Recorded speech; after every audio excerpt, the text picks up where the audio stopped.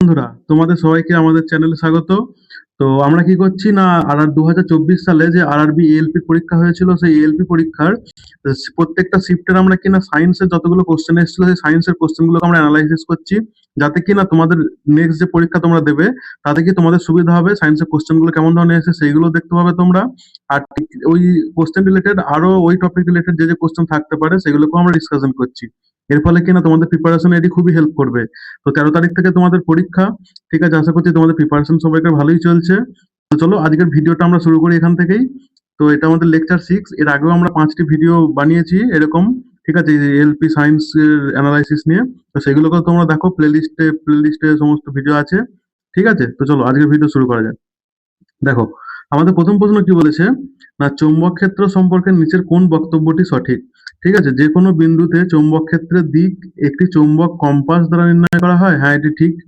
ঠিক আছে, তারপরে বলেছে ইটস এ স্কেলার কোয়ান্টিটি, এটি একটি স্কেলার কোয়ান্টিটি। না, এটি ভুল। কারণ কি, চৌম্বক ক্ষেত্রের মানও আছে দিকও আছে। ঠিক আছে, তো এটি একটি ভেক্টর কোয়ান্টিটি, স্কেলার নয়। তারপরটা কি বলেছে, ইট always in the form of straight line, সবসময় স্ট্রেট লাইনে থাকে না, এটিও ভুল। এটি স্ট্রেট লাইনে থাকে না। ঠিক আছে, বৃত্তাকার পথে থাকে। আর তারপরে বলছে ইট only exist outside the magnet, এটিও ভুল। এটা ম্যাগনেটের ভেতরেতেও কি না আমার এই চৌম্বক ক্ষেত্র থাকে। বুঝতে পেরেছো? এই যে তাহলে তাহলে ম্যাগনেটিক ফিল্ডের ডিরেকশন আমরা কি দিয়ে মাপি না, এই যে কম্পাস আছে আমরা এই কম্পাস দিয়ে মাপি। ঠিক আছে, তাহলে কি না, যে কোনো বিন্দুতে কম্পাসের উত্তর মেরু যে দিক নির্দেশ করে সেই দিকেই চৌম্বক ক্ষেত্র দিক। ঠিক আছে, আর এছাড়া কি হয় না, কম্পাস সূচকের দিকেই চৌম্বক ক্ষেত্রের দিক নির্ণয় করা হয়। আর চৌম্বক ক্ষেত্রের দিক সবসময় কোন দিক থেকে কোন দিক হয় না, নর্থ পোল থেকে সবসময় সাউথ পোলের দিকে হয়। ঠিক আছে। আচ্ছা, পরের প্রশ্নটা আমরা দেখবো। পরের প্রশ্নটা কি বলেছে, আর নিচের কোন ভৌত রাশিটি একটি চলমান বস্তুর মোট অতিক্রান্ত পথের দৈর্ঘ্যের সমতুল্য। আচ্ছা, মোট অতিক্রান্ত পথের দূরত্ব সমতুল্য বলেছে, কোনটি হবে? এটার অ্যান্সার হয়ে যাবে কিনা আমাদের অপশন বি, ডিস্টেন্স। ঠিক আছে, দেখো, এই এই ব্যক্তিটি কি না এ পয়েন্ট থেকে আমার কোথায় যাচ্ছে না, এ পয়েন্ট থেকে যাচ্ছে সে হচ্ছে বি পয়েন্টে। তো এ পয়েন্ট থেকে বি পয়েন্টে যাওয়ার দ্বারা একটা রাস্তা আছে, এরকম ভাবে বেঁকে বেঁকে বেঁকে বেঁকে বেঁকে এই রাস্তাটা আছে। আর একটা কি সোজা রাস্তা আছে। ঠিক আছে, তো এই বেঁকে বেঁকে ধরো এই রাস্তাটা দিয়ে যাচ্ছে। সেক্ষেত্রে তার এইখান থেকে এইটা যতটা দূরত্ব, ঠিক আছে, ধরো এটা ধরো 15 কিলোমিটার, আর স্টেট লাইন আমার কত, 10 কিলোমিটার। তাহলে তার দূরত্ব কত অতিক্রম করছে, যদি এখান থেকে এরকম ভাবে যায় সে 15 কিলোমিটার। কিন্তু যদি আমার বলে যা এখানে হচ্ছে দূরত্ব, আর আমার ডিসপ্লেসমেন্ট কতটা হচ্ছে, ডিসপ্লেসমেন্ট বা সরণ। সরণ মানে কি না, এই এ বিন্দু থেকে বি বিন্দুর মধ্যে সরল রেখা দূরত্ব, সেইটিকে আমাদের কি বলে, সরণ বা ডিসপ্লেসমেন্ট। ঠিক আছে, তাহলে ডিসপ্লেসমেন্ট কত হয়ে যাবে, 10 কিলোমিটার, বা তাদের এ আর বি পয়েন্টের মধ্যে যে সোজা দূরত্ব সেটি হয়ে যাবে। বুঝতে পেরেছো? তাহলে ডিসপ্লেসমেন্ট কি না, দিক সহ সর্বনিম্ন সরল দূরত্ব। আচ্ছা, ভেলোসিটি কি, ভেলোসিটি হচ্ছে সরণ পরিবর্তনের হার। আর স্পিড কি, আমাদের দূরত্ব পরিবর্তনের হার। ঠিক আছে। আচ্ছা, পরের প্রশ্নটা দেখবো। পরের প্রশ্নটা কি বলেছে না, if a man lifts 1 KG of load. আচ্ছা, একজন ব্যক্তি যদি 1 কেজি বোঝা মাটি থেকে এত মিটার উচ্চতায় তোলে, তবে জি 10 মিটার পার সেকেন্ড হলে কৃতকার্যের মান কত। ঠিক আছে, এখানে দেখো দু ধরনের কার্য হয়। ঠিক আছে, একটা কি হয় আমার এখানে তো কৃতকার্যের মান কি হয়ে যাবে না, কৃতকার্যের মান হয়ে যায় তোমাদের সূত্রটা কি না, ডাব্লিউ সমান কি, এম জি এইচ। ঠিক আছে, এখানে কৃতকার্য এম জি, এম মানে কি হচ্ছে বস্তুর ভর। বস্তুর ভর কত আমার এখানে বলে দিয়েছে, 1 কেজি। ঠিক আছে, আচ্ছা, জি আমার কত বলে দিয়েছে, জি আমার বলে দিয়েছে 10 মিটার পার সেকেন্ড, 10। আর হাইট কত বলে দিয়েছে, 2.5 মিটার ইন্টু 2.5। ঠিক আছে, এত জুল হয়ে যাবে। তাহলে সমান কত হয়ে যাবে, 25 ইন্টু 2.5 মানে হচ্ছে 25 জুল। ঠিক আছে, তাহলে অপশন বি আমাদের রাইট অ্যান্সার হয়ে যাবে। আচ্ছা, তারপর আমাদের 21 নম্বর প্রশ্নটা কি বলেছে না, 8 ওহম এবং 5 ওহম সিরিজ সংযোগের সমতুল্য রোধ। আচ্ছা, আমাদের প্রশ্নটা কি বলেছে না, এই 8 ওহম ও 5 ওহমের যে সিরিজ সংযোগের সমতুল্য রোধ 7 ওহম। তাহলে আর এর মান কত। তো আমরা যখনই সিরিজ কানেকশন নেবো, ঠিক আছে, সিরিজ কানেকশন আমরা কি জানি না, আর ইকুইভ্যালেন্ট সমান কি না, R1 প্লাস R2। আবার এখানে সিরিজের জায়গায় যদি আমার কি সমান্তরাল থাকতো, ঠিক আছে, তো সমান্তরালের ক্ষেত্রে আমার কি হতো না, 1/R ইকুইভ্যালেন্ট সমান 1/R1 প্লাস 1/R2, এটি আমার হতো। ঠিক আছে, যখন আমার যদি জানতে চাইতো না সমান্তরাল বা প্যারালাল সংযোগের ক্ষেত্রে। আর যেহেতু আমার সিরিজ সংযোগের ক্ষেত্রে বলে, তাহলে আর ইকুইভ্যালেন্ট সমান কি হয়ে যাবে, আমার R1 প্লাস R2 হয়ে যাবে। ঠিক আছে, তাহলে এখানে আর ইকুইভ্যালেন্টের মান কত বলে দিয়েছে না, 7 ওহম। তাহলে 7 সমান কি, R1 কত বলে দিয়েছে আমার, 8 ওহম।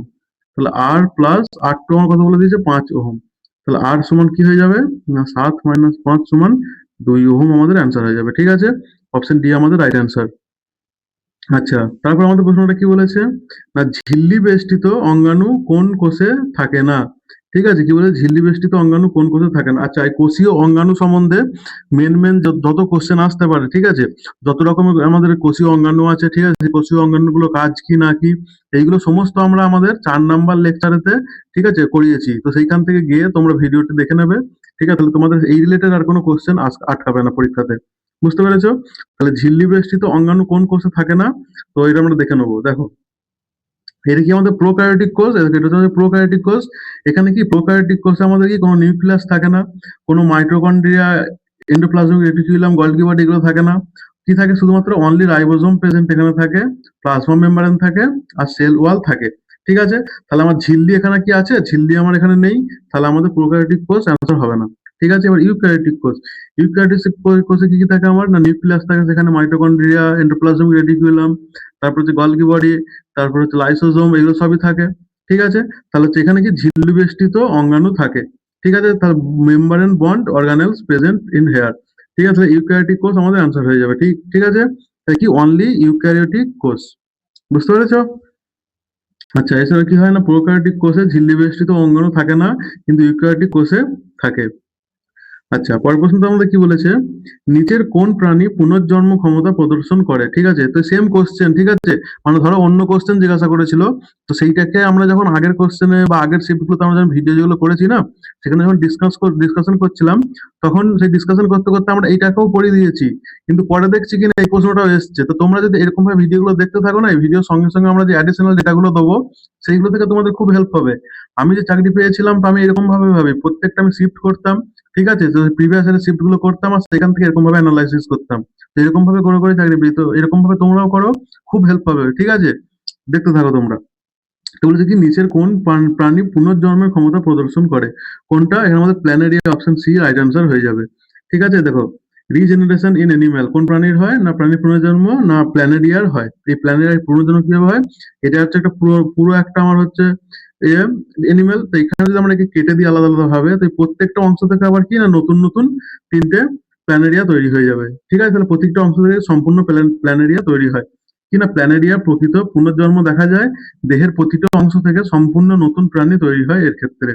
ঠিক আছে, এছাড়াও কি না আমাদের আর্থ ওয়ার্ম বা কেঁচো, কেঁচো কি কেঁচোতে সীমিত পুনর্জন্ম হয়, সম্পূর্ণ দেহ এতে তৈরি হয় না। আচ্ছা, টিক, টিকে কি হয় না টিকে পুনর্জন্ম ক্ষমতা নেই। আর লিচ, লিচের কি জোঁকেরও পুনর্জন্ম ক্ষমতা নেই। ঠিক আছে, পরের প্রশ্নটা দেখবো। পরের প্রশ্নটা কি বলেছে, নিচের কোন রিসেপ্টর স্বাদ শনাক্ত করতে সাহায্য করে। তো স্বাদ শনাক্ত করতে আমাদের কোনটা সাহায্য করে না কি হয়ে যাবে, এটা আমাদের না টেস্ট রিসেপ্টর। ঠিক আছে, আচ্ছা, টেস্ট রিসেপ্টর দেখো, বা হচ্ছে কি গাস্টেটরি রিসেপ্টর। ঠিক আছে, গাস্টেটরি রিসেপ্টর আমাদের অপশন বি অ্যান্সার হয়ে যাবে। ঠিক আছে, আচ্ছা, এই যে এইখানে এরকম ভাবে থাকে গাস্টেটরি রিসেপ্টর, এইগুলো আমাদের স্বাদ শনাক্ত করে। কিনা জিহ্বার টেস্ট বাডে থাকা গাস্টেটরি রিসেপ্টর মিষ্টি, টক, নোনতা, তেতো, ঠিক আছে, এই স্বাদগুলো শনাক্ত করে। আচ্ছা, অলিফ্যাক্টরি রিসেপ্টর কি করে আমাদের না ঘ্রাণ রিসেপ্টর, এরা কি না গন্ধ শোকে, ঠিক আছে, স্বাদ নয়। আচ্ছা, ফটো রিসেপ্টর কি করে না এরা কি আলো শনাক্ত করে, দৃষ্টি। আচ্ছা, তারপরে কি না তারপরে কি ধ্বনি রিসেপ্টর আছে, এটা কি করে না শব্দ শনাক্ত করে। বুঝতে পেরেছো? আচ্ছা, তারপর আমাদের পরের প্রশ্নটা কি বলেছে, নিচের কোন বক্তব্যটি সঠিক সেটা আমাদের বলতে বলেছে। তো কি বলেছে এখানে দেখো, gravitational force between two object is independent of the distance of separation between the two object. মানে দুটি বস্তুর মধ্যে মাধ্যাকর্ষণ শক্তি বল তাদের পারস্পরিক দূরত্বের ওপর নির্ভরশীল নয়। দেখো, ধরো দুটো বস্তু, এই একটা বস্তু, এই একটা বস্তু, ঠিক আছে, এর হচ্ছে ভর হচ্ছে m1 আর এর ভর হচ্ছে কত আমাদের m2। ঠিক আছে, তো এই দুটো বস্তুর মধ্যে যদি দূরত্ব আমার r হয়, ঠিক আছে, তো এই r হচ্ছে, তাহলে r হলে তাই দুটো বস্তুর মধ্যে আকর্ষণ বল কত হবে, এই এই বস্তুটার এই বস্তুটার মধ্যে আকর্ষণ বল আমাদের কত হবে না আকর্ষণ বল F সমান কি না g, গ্র্যাভিটেশনাল কনস্ট্যান্ট, যেটা আমাদের কি না গ্র্যাভিটেশনাল কনস্ট্যান্ট ইনটু কি m1 into m2, m1 into m2 by R square. ঠিক আছে, এটা হচ্ছে আমাদের গ্র্যাভিটেশনের সূত্র। তাই এখান থেকে কি হয়, তাহলে এখানে কি কিসের উপর নির্ভর করছে, এখানে আর স্কোয়ার মানে দূরত্বের উপর ডিপেন্ড করছে। তাহলে কি বলেছে, দুটি বস্তুর মহাকর্ষীয় বল তাদের পারস্পরিক দূরত্বের উপর নির্ভরশীল নয়, এটি আমাদের ভুল।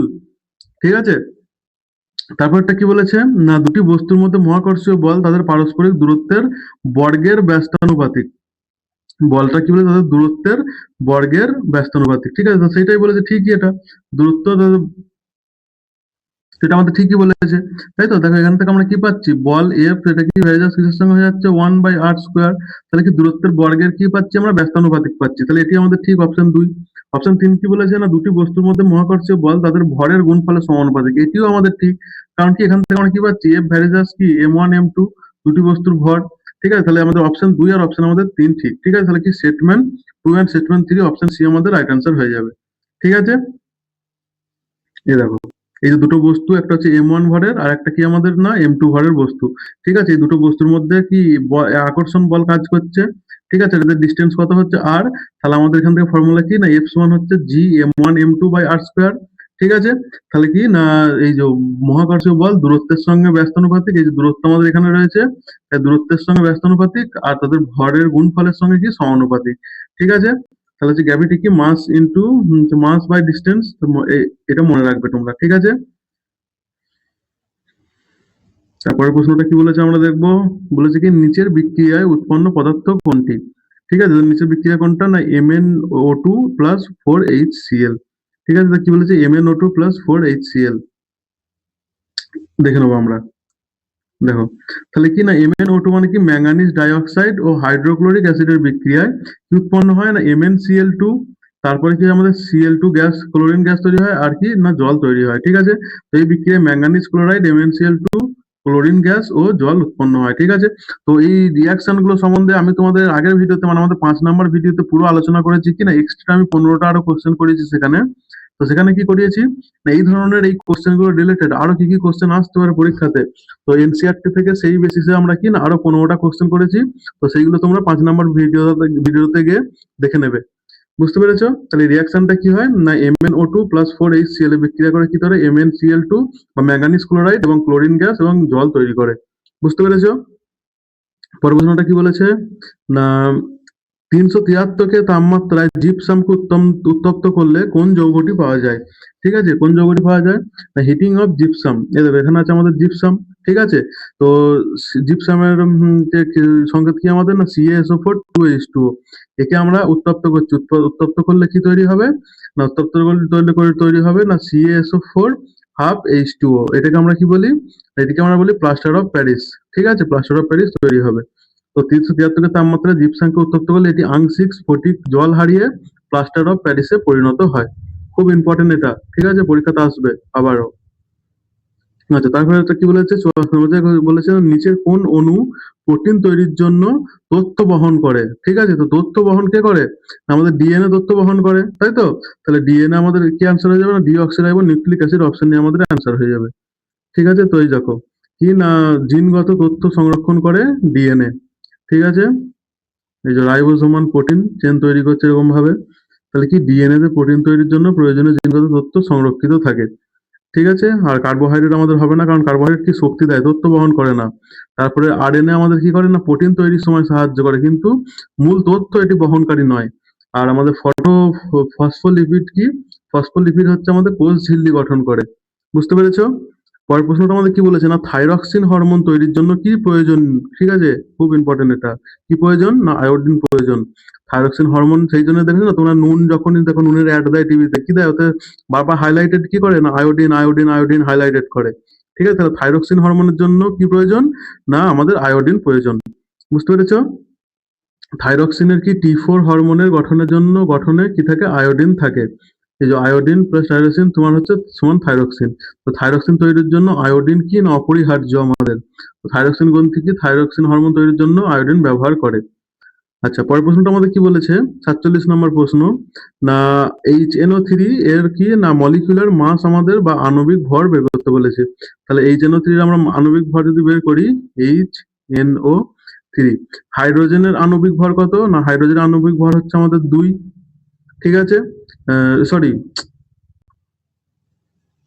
হাইড্রোজেন আণবিক ভর হচ্ছে আমাদের 1, প্লাস নাইট্রোজেনের কত, নাইট্রোজেনের হচ্ছে 14। এগুলো তোমরা মুখস্থ করে নেবে। ঠিক আছে, 1 থেকে 20 পর্যন্ত মুখস্থ করে নেবে এগুলো। আর অক্সিজেন আমাদের কত থাকে, 16। কিন্তু এখানে কতগুলো আছে, অক্সিজেন কত আছে, 3টে আছে। তাহলে 16 গুণিতক 3 হয়ে যাবে। তাহলে এটা সমান আমরা কত পাচ্ছি না, 1 যুক্ত 14 যুক্ত 3 16 48। সমান কত হয়ে যাবে আমাদের? না 63 ইউ। এই ইউ কে কি বলে? এএমইউ বা অ্যাটমিক মাস ইউনিট। ঠিক আছে? তাহলে হচ্ছে আমাদের 63 ইউনিট অপশনের রাইট অ্যান্সার হয়ে যাবে। বুঝতে পেরেছো? তারপরে প্রশ্নটা কি বলেছে দেখো, 50 নম্বর প্রশ্ন। আচ্ছা, আমাদের এখানে নাম্বারিং গুলো তোমরা দেখে মনে হবে তোমাদের কনফিউজিং লাগবে। আমরা কোশ্চেনে মানে পরীক্ষার কোশ্চেনেতে যে এক্সাক্ট নাম্বারে প্রশ্নগুলো ছিল, আমরা সেই এক্সাক্ট নাম্বার গুলো দিয়েছি। যার ফলে কি তোমাদের যদি মনে হয় কি না এগুলো আমি আমার মনের মতন করে বানিয়ে দিয়েছি, সেরকম ভাবে নয়। তোমরা এই 27 নভেম্বরের, ঠিক আছে, যেটা শিফট 1-এ যাবে, সেখানে যাবে, গিয়ে দেখবে তোমরা 50 নম্বর প্রশ্নটা এটাই আছে। ঠিক আছে? তো এগুলো সব হচ্ছে রিয়েল প্রশ্ন। তোমাদের এখান থেকে দেখো বুঝতে পারবে যে কেমন ধরনের কোশ্চেন আসছে, কোশ্চেনের লেভেল কি।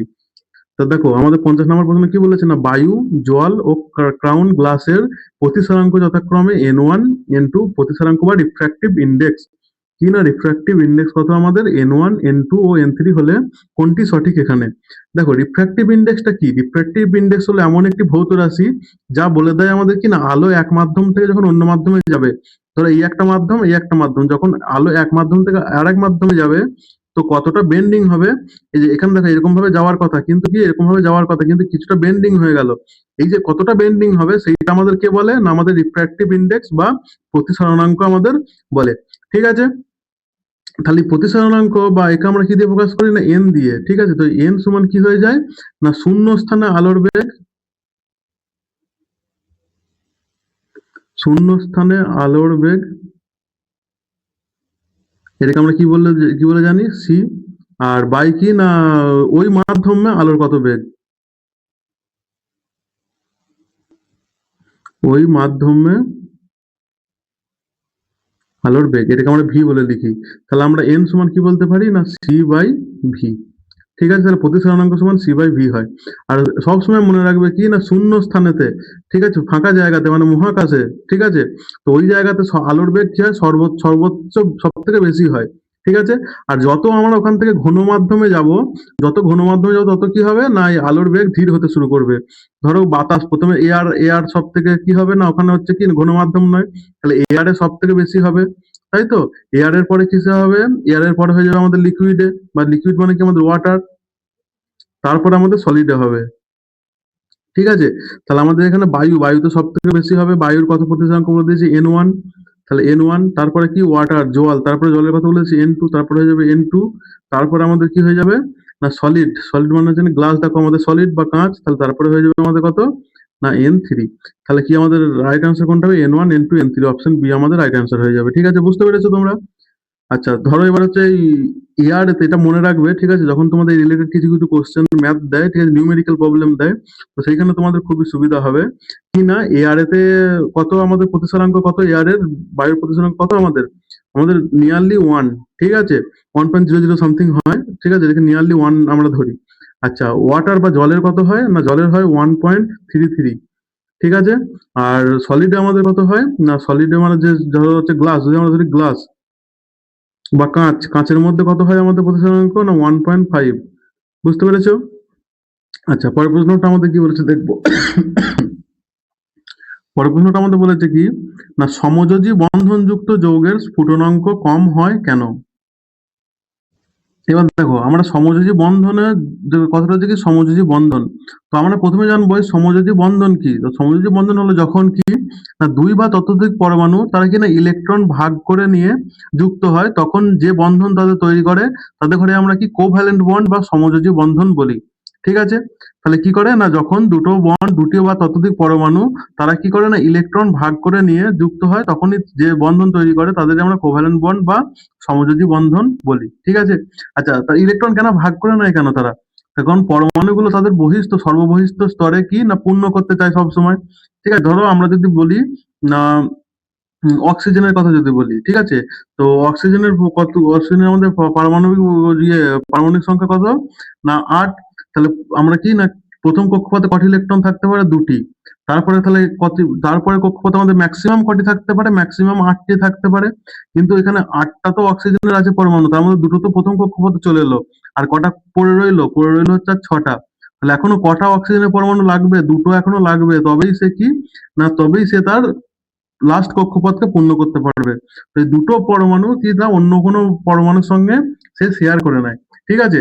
তো সেই জন্য শেয়ার করে নেয় কি না, তাই তারা ইলেকট্রন দান গ্রহণ না করে কি করে না, ভাগাভাগি করে নেয়। আর যদি ইলেকট্রন দিয়ে দিত তাহলে কি হবে, সেইগুলোকে আমরা কি বলি না, আয়নিক বন্ড বা ইলেকট্রোভ্যালেন্ট বন্ধন। ঠিক আছে? যেমন ধরো NaCl, NaCl এর ক্ষেত্রে কি না, Na একটা পরমাণু দিয়ে দেয় ফলে প্লাস হয়ে যায়, আর Cl একটা নিয়ে নেয় সেই জন্য মাইনাস হয়ে যায়। ঠিক আছে? তো এখান থেকে এরকম ভাবে তৈরি হয় কি না, এইগুলো তৈরি হয় আমাদের কিসে না, আয়নিক বন্ডে। আর আমাদের হচ্ছে ইয়েতে কি হয় না, এই কোভ্যালেন্ট বন্ড বা সমযোজী বন্ধনে কি হয় না, এরা শেয়ার করে নেয়, দেয়াদি করে না, এরা কি না ভাগাভাগি করে নেয়। ঠিক আছে? যেমন হচ্ছে অক্সিজেন, ঠিক আছে, হাইড্রোজেন, ঠিক আছে, এরা কি করে এরকম ভাবে শেয়ার করে নেয়। বুঝতে পেরেছো? আর ধরো সমযোজী বন্ধনে কিছু তাহলে কি না, সমযোজী যে বন্ধনগুলো হচ্ছে, তো সেইখানে আমাদের যৌগের অণুগুলো কি না ছোট ছোট বল, যদি আমরা ছোট ছোট বলের মতন ধরি কিনা, সমযোজী বন্ধনের যৌগের অণুগুলোকে যদি আমরা ছোট ছোট বল ধরি, তাহলে একটা অণুর ভেতর পরমাণুগুলো কি করে না, খুব শক্ত করে ধরে থাকে। তো এটাই আমাদের কিনা সমযোজী বন্ধন। কিন্তু একটা অণু আরেকটা অণুকে কিনা একে অপরকে খুব হালকা করে ধরে থাকে, ফলে কি এটাকে বলে দুর্বল আন্তঃআণবিক বল। ঠিক আছে? এই দেখো, এইটা ধরো একটা আমাদের হাইড্রোজেনের পরমাণু, ঠিক আছে, এইটাও একটা হাইড্রোজেনের পরমাণু, এরা একে অপরকে কিন্তু খুব ভালোভাবে ধরে আছে। কিন্তু এই একটার সঙ্গে আর এই একটা, এদের মধ্যে যে বন্ডিংটা হয় সেটা খুবই কি হয় না, খুবই আলগা হয়। ঠিক আছে? তো এটাকে আমরা কি বলি, দুর্বল আন্তঃআণবিক বল বলি আমরা। ঠিক আছে? তো জলকে যখন আমরা ফোটালে কি হয়, জলের কণাগুলো আলাদা আলাদা হয়ে যায়।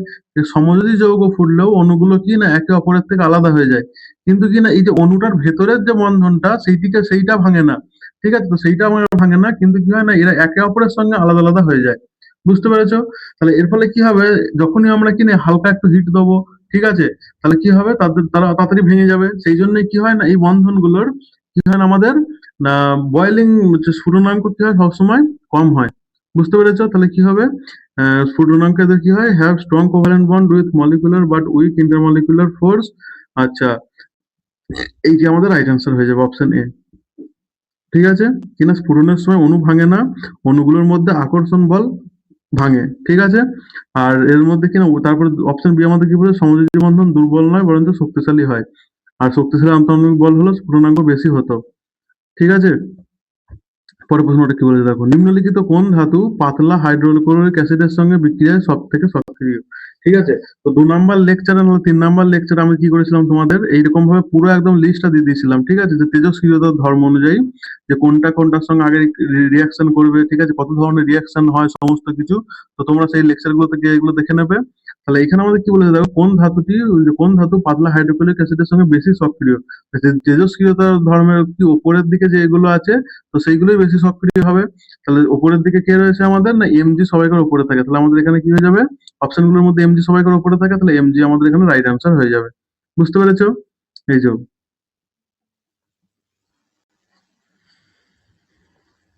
তারপরের প্রশ্নটা আমাদের কি বলেছে না, নিচের কোন বক্তব্যটি ভুল সেটা আমাদের বলতে বলেছে। ঠিক আছে? দেখো কি বলেছে না, কম্প্রেসড ন্যাচারাল গ্যাস বা CNG is use as a fuel in vehicle this days. মানে সিএনজি আমাদের ভেহিকেলে বা যানবাহনে ব্যবহার হচ্ছে, তো এটি আমাদের সঠিক। তারপরে কি বলেছে, the oxygen supplied two hospital in cylinder is not compressed gas, এটি ভুল। যদি কম্প্রেস না করা হতো তাহলে সিলিন্ডারের মধ্যে এরকম ভাবে ভরা যেত না অনেক গ্যাস। ঠিক আছে? Oxygen supply to hospital to cylinder is a compressed gas. Oxygen supply to hospital in cylinder is a compressed gas, এটিও আমাদের ঠিক। আচ্ছা, তারপরে কি বলেছে option D, in gaseous state the particles move randomly at high speed, এটিও আমাদের ঠিক। ঠিক আছে? তাহলে অপশন বি আমাদের রাইট অ্যান্সার হয়ে যাবে। এই যে, অক্সিজেন কি না উচ্চ চাপে সংরক্ষিত অক্সিজেন সংকুচিত গ্যাস। আচ্ছা, সিএনজি কি আমাদের যানবাহনে ব্যবহার করা হচ্ছে। আর গ্যাসের কণার গতি কি না উচ্চ গতিতে কি এলোমেলো ভাবে চলাচল করে এটা। বুঝতে পেরেছো? আচ্ছা, তারপরে প্রশ্নটা আমাদের কি বলেছে, নিচের কোনটি অসমসত্ব দ্রবণের উদাহরণ? ঠিক আছে? তো অসমসত্ব দ্রবণ বলতে কি বোঝায় না, যেটাতে যখন আমরা দুটো দ্রবণের মধ্যে দুটো পদার্থকে মেশাবো, তখন কি একটা আরেকটার সঙ্গে মিশে যাবে না। তো সেইটাকে আমরা অসমসত্ব মিশ্রণ বলি। যেমন কি mixture of oil and water, জল এবং তেলের এই জল এবং তেলের যে মিশ্রণটা তৈরি করা হয় সেটা আমাদের কি না, উম, অসমসত্ব মিশ্রণ। ঠিক আছে? বা হেটেরোজেনাস সলিউশন। বুঝতে পেরেছো? আর লেমনেডের কি, লেমনেড মানে হচ্ছে চিনি জল। ঠিক আছে? যদি আমরা জল আর লেবু জল গুলি তাহলে সেটি কি না, এটা হচ্ছে আমাদের ইউনিফর্ম থ্রু আউট, সব জায়গাতে সমানভাবে থাকবে। তো এটি কি হোমোজেনাস সলিউশন। ঠিক আছে? সর্বত্র সমান বা সমসত্ব দ্রবণ। আচ্ছা, তারপরে প্রশ্নটা কি বলেছে দেখবো, বলেছে কি না, 1 মিটার ফোকাস দৈর্ঘ্যের উত্তল দর্পণের বক্রতা কেন্দ্র ও পোলের মধ্যবর্তী দূরত্ব কত? ঠিক আছে? দেখো ১ মিটার দৈর্ঘ্যের কি বলেছে?